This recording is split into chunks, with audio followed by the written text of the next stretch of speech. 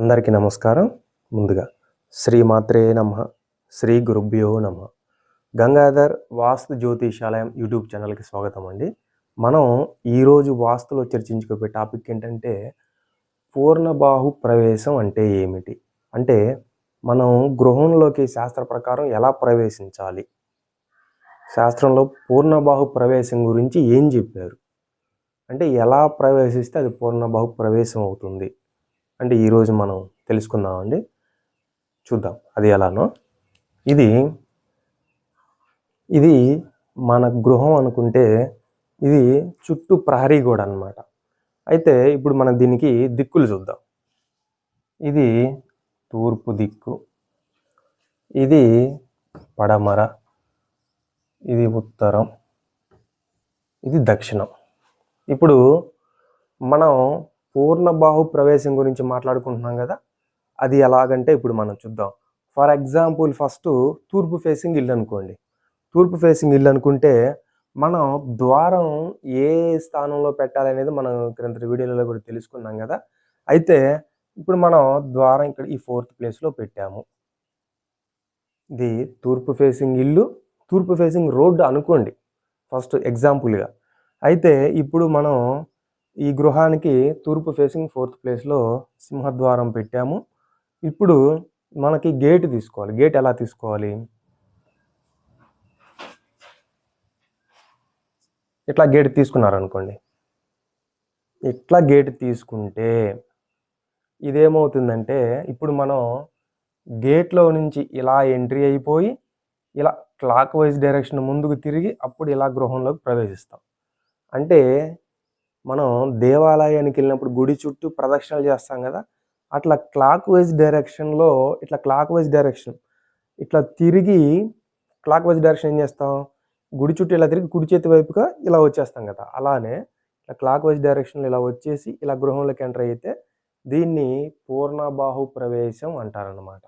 ఈ పూర్ణబాహు ప్రవేశం ఫలితాలు అనేవి చాలా బాగుంటాయండి. అది నేను మళ్ళీ చెప్తాను. అంటే ఎలా అంటే తర్వాత మనం నెక్స్ట్ దక్షిణం తీసుకుందాం. సరే, తూర్పు ఫేసింగ్ ఒకటి చెప్పారండి. మరి దక్షిణ ఫేసింగులు ఎలా పెట్టుకోవాలి? చాలామందికి దక్షిణ పడమరలు అంటే రకరకాల డౌట్లు ఉంటాయి కదా. అలానే దక్షిణం ఫేసింగులు కూడా చూడండి.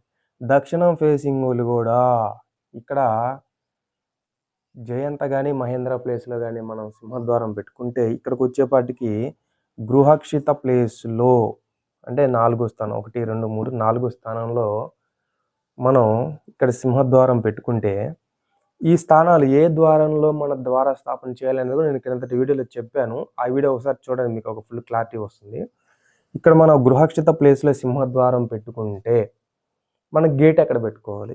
గేట్ వచ్చేసి ఇలా పెట్టుకోవచ్చు. అప్పుడు గేట్లో ఇలా ఎంట్రీ అయిపోయి ఇలా వచ్చేసి ఇలా సింహద్వారంలోకి వెళ్తాం. వెళ్ళినప్పుడు ఇక్కడ ఏంటి, ఇక్కడ కూడా చూడండి గేట్లో ఇలా ఎంటర్ అయ్యాము.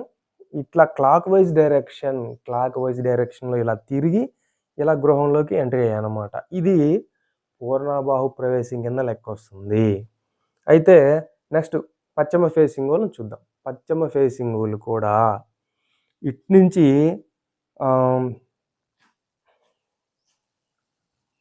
పుష్పదంతా కానీ 4th ప్లేస్లో కానీ గేట్ సింహద్వారం పెట్టుకుంటే వాళ్ళకి ఎక్కడ వస్తుంది? ఇప్పుడు ఇక్కడ సింహద్వారం పెట్టుకున్నాము. వీళ్ళు ఇక్కడ చాలామందికి రకరకాల డౌట్స్ వస్తుంటాయి. ఎందుకంటే ఇప్పుడు గేట్ మనం ఇటు జరపమన్నామంటే ఇక్కడ ఇది నైరుతి మూల కదండి, పూర్తి నైరుతి మూలకి వెళ్ళి గేట్ రావచ్చా? గేట్ రాకూడదు కదా అంటారు. అప్పుడు మనం ఈ సింహద్వారానికి ఇట్లా ప్యారలల్గా ఇట్లా తీసుకుంటే ఈ గేటుని కొంచెం ఇటు జరుపుకున్నారనుకోండి, మరి ఇటు దాకా కాకుండా అప్పుడు వీళ్ళకి కూడా ఏమవుతుంది?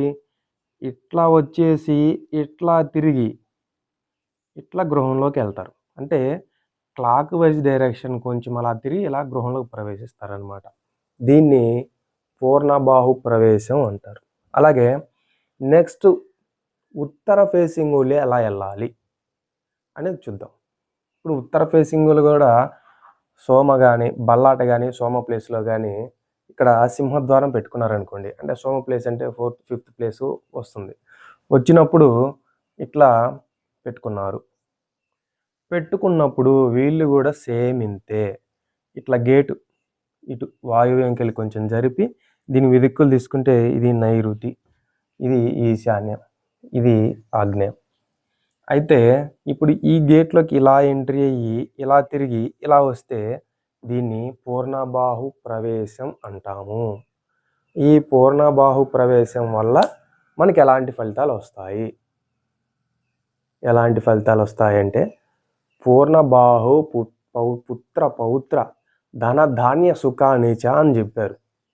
అంటే ఈ ప్రవేశం వల్ల ధన ధాన్యానికి పుత్ర పౌత్రులకి ఎలాంటి ఇబ్బంది ఉండదు. సుఖానిచ అంటే వాళ్ళు ధన ధాన్యాలతో కొంచెం సుఖ సంతోషాలతో ఉంటారన్నమాట. పూర్ణబాహో పుత్ర పౌత్ర ధన ధాన్య సుఖానిచ అని మనకి శాస్త్రంలో ఈ శ్లోకం కూడా చెప్పారన్నమాట.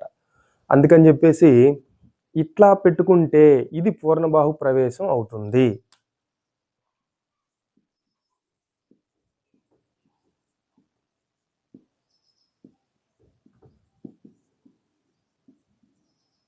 పూర్ణబాహు ప్రవేశం అవుతుంది. అయితే జనరల్‌గా చాలామంది ఏం చేస్తూ ఉంటారంటే, ఇటు దక్షిణం అనుకోండి, గేట్ తీసుకెళ్ళి ఇక్కడ పెడతారు. ఇక్కడ పెట్టేసి చాలామందికి దక్షిణం అంటే ఒక అపోహ ఏమవుతుందో అనేసి. ఇట్లా గేట్ పెట్టుకొని ఇక్కడ ఎంట్రీ అయిపోయి ఇలా తూర్పు ఇంట్లోంచి వెళ్తూ ఉంటారు. ఇది కరెక్ట్ పద్ధతి కాదు. ఎటువైపైతే రాజవీధి ఉందో అటువైపే మనకి సింహద్వారం ఉండాలి. మనకి శాస్త్రం తెలియాలి. పెట్టుకునే విధానం తెలియాలి. ఇల్లు కట్టుకునే విధానం మనకు తెలియాలన్నమాట. ఏ దిక్కైనా ఒకటే. 4 దిక్కులు సమానమే. తూర్పు, దక్షిణం, పశ్చిమ, ఉత్తరం 4 దిక్కులు సమానమే. కట్టుకునే విధానం తెలియాలి. చాలామంది ఏంటంటే ఎంత నీట్‌గా జాగ్రత్తగా కట్టుకున్నా గూడా చాలామంది చాలా మిస్టేక్‌లు చేస్తూ ఉంటారు. అందుకని చెప్పేసి ఎవరైనా సరే ఒక శాస్త్రం తెలిసిన వ్యక్తిని పిలిపించుకొని మనం గృహం నిర్మించుకోవడం ఉత్తమండి. ఎందుకంటే ఒక మధ్యతరగతి మనిషి ఇల్లు కట్టుకొని అందులో మనం నివసించాలంటే మనం సంపాదించిన సంపాదన అంతా ఆల్మోస్ట్ గృహానికే ఇన్వెస్ట్ చేసేస్తాం. చేసేసిన తర్వాత మళ్ళీ అందులో ఏమన్నా లోపాలున్నాయి, ఆ వాస్తు దోషాలు తగులుతున్నాయి మనకంటే ఇంక ఆ ఇంట్లో మనం ఎదగడం కష్టం అవుతుంది. మనతో పాటు మన పిల్లలు కూడా ఆ ఇంట్లోనే నివసించాలి. గుర్తుపెట్టుకోండి. అందుకని చెప్పేసి ఎవరు కూడా మిస్టేక్స్ చేయొద్దండి. అందరూ శాస్త్ర ప్రకారం గృహం నిర్మించుకొని సుఖ సంతోషాలతో ఉండాలనేదే మా కోరిక అన్నమాట. అందుకని చెప్పేసి ఈ ఫలితాలన్నీ మనకు నెక్స్ట్ ఇంకో దాంట్లో వస్తాయి. ఇప్పుడు పూర్ణబాహు చెప్పుకున్నాం కదా, హీనబాహు దాంట్లో వస్తాయి. హీనబాహు అనేది very very important video. Next అదే చెప్పుకుందాం మనం. ఈ వీడియో కనుక మీకు నచ్చితే లైక్ చేయండి, షేర్ చేయండి మీ ఫ్రెండ్స్ అండ్ ఫ్యామిలీ మెంబర్స్కి. ఇది షేర్ చేయండి. వాళ్ళు ఎలా ప్రవేశించాలి గృహంలోకి అనేది తెలుసుకుంటారండి. మనం నెక్స్ట్ ఇంకో వీడియోలతో మళ్ళీ కలుద్దాం. అంతవరకు సెలవు. జై శ్రీరామ్.